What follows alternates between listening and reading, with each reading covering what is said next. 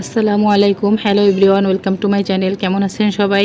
আশা করি সকলেই ভালো আছেন। আমিও আলহামদুলিল্লাহ ভালো আছি। তো আজকে আমি আপনাদেরকে তৈরি করে দেখাবো খুবই সহজ উপায়ে একদম কম সময়ে মলা মাছের আলু বেগুনের চচ্চড়ি। তো আমাদের যা লাগছে আলু, বেগুন এবং মাছ।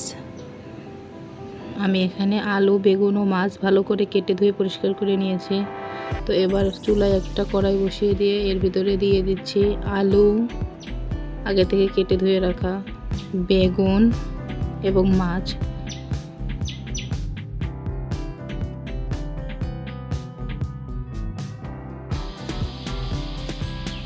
এবার এর ভিতরে দিয়ে দেব 5-6টা পরিমাণ কাঁচামরিচ ফালি এবং পেঁয়াজ কুচি।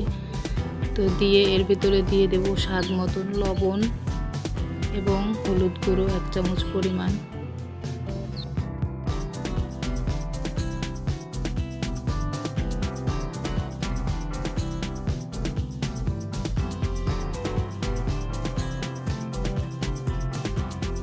এরপর সামান্য একটু তেল দিয়ে ভালো করে আলু বেগুনটাকে মাখিয়ে নিতে হবে। মেখে নেওয়া হয়ে গেলে হাত ধুয়ে সামান্য একটু পানি দিয়ে দিব যেন আলু তরকারিটা ভালো করে সিদ্ধ হয়ে যায়।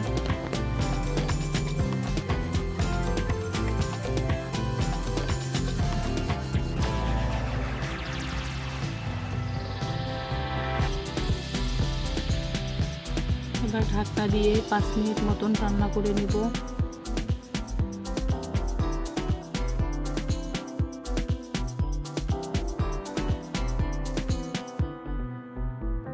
তো ফিরে আসলাম 5 মিনিট পর। দেখতে পাচ্ছেন আমার ভাজিটা মোটামুটি হয়ে এসেছে।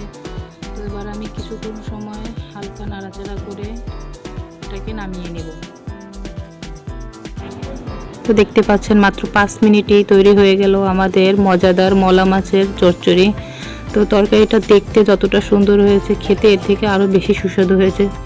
আমার এই রেসিপিটি যদি আপনাদের ভালো লাগে তাহলে বাসায় একবার হলেও ট্রাই করবেন।